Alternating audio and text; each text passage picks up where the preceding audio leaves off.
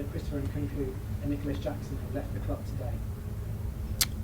Liam injury doesn't look good in terms of he was full speed, hamstring, so that required, like always, weeks.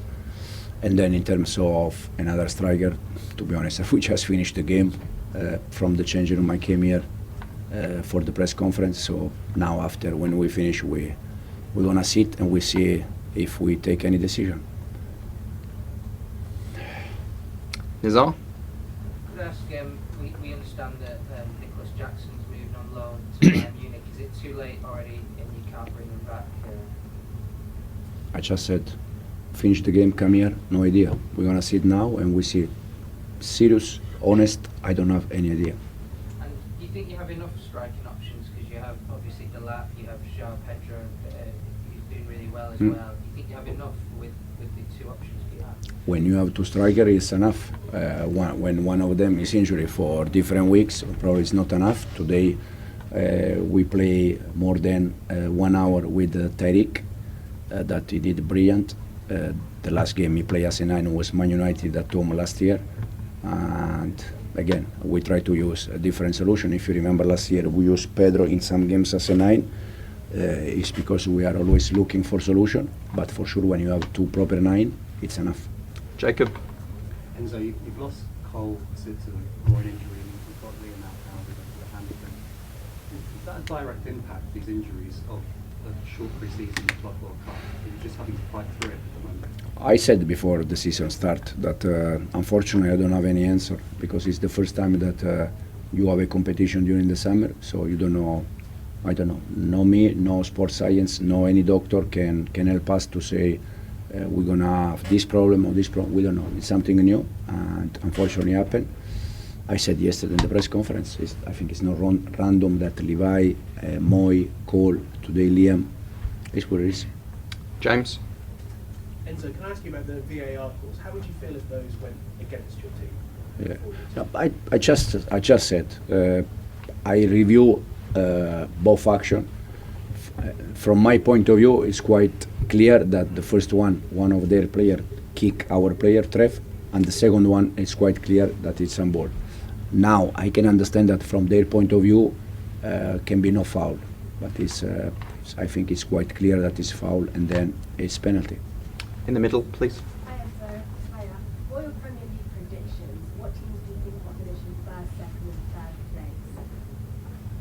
If you had to guess like one. I think the one that they win the Premier League the year before, they are always the one that they are the favorite one. And then again, Arsenal is there, City is there, Tottenham I think will be also there, and you have always some team that they can be surprised, like last year, for instance, Nottingham. So we'll be in the same way like every season. David I. 7 points in 3 games.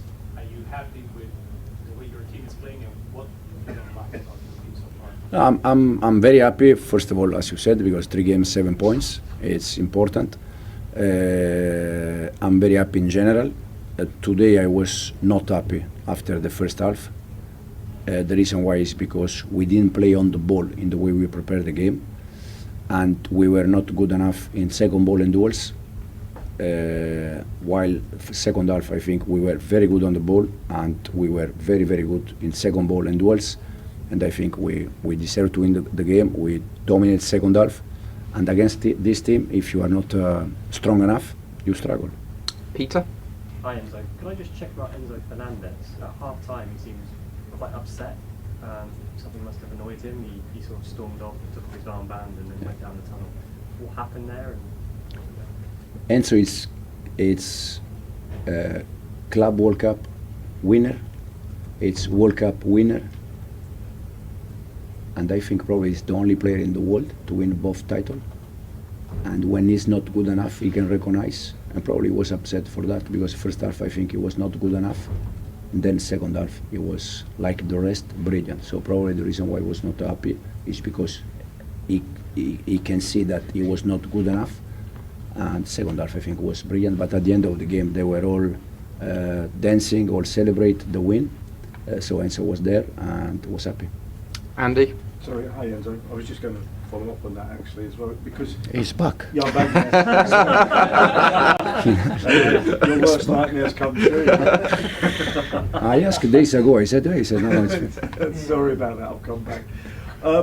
It was just with the Enzo incident. He seemed to be particularly pointing at one of your coaches, Marcos Alvarez, I think, and there was finger wagging going on, which made me think it's not about the performance. It was about the performance he'd be having go at the players. So nothing you can. no idea. Probably if you see when we scored with João, I immediately left the bench because I was more worried to improve second half. So I come back in the changing room to prepare the tactical board and everything. So I didn't see nothing. If you see when João scored, I left and I was already inside. So I didn't see nothing. I will ask now, but I'm not worried about Enzo's reaction. I'm more happy about the win and second half. We need to finish off because Marco Silva's waiting. So Dom, last question, please. Enzo, could you speak a little bit about Tosa? Physical team. If we start win the first ball, second ball, you could have a more chance to win the game. And I think we didn't start very well, but we score. You had time in the halftime to organize the team, and I think the second half we did well. We won the game. The timing of your goal important, right before the halftime break? Yeah, like I said, we didn't start very well, but I think when I score, the team had more time to organize and then to go to the halftime. Do you think Chelsea were lucky in certain decisions today? I know there's going to be questions around Trevor Chalobah incident. Yeah, I think the ref make his decision. I don't have nothing to say about, but yeah, if he gave that, I think he was good for us. Were you worried that you might have been penalised in the build-up to the second goal? It was eventually given as a penalty, but were you worried for a minute there?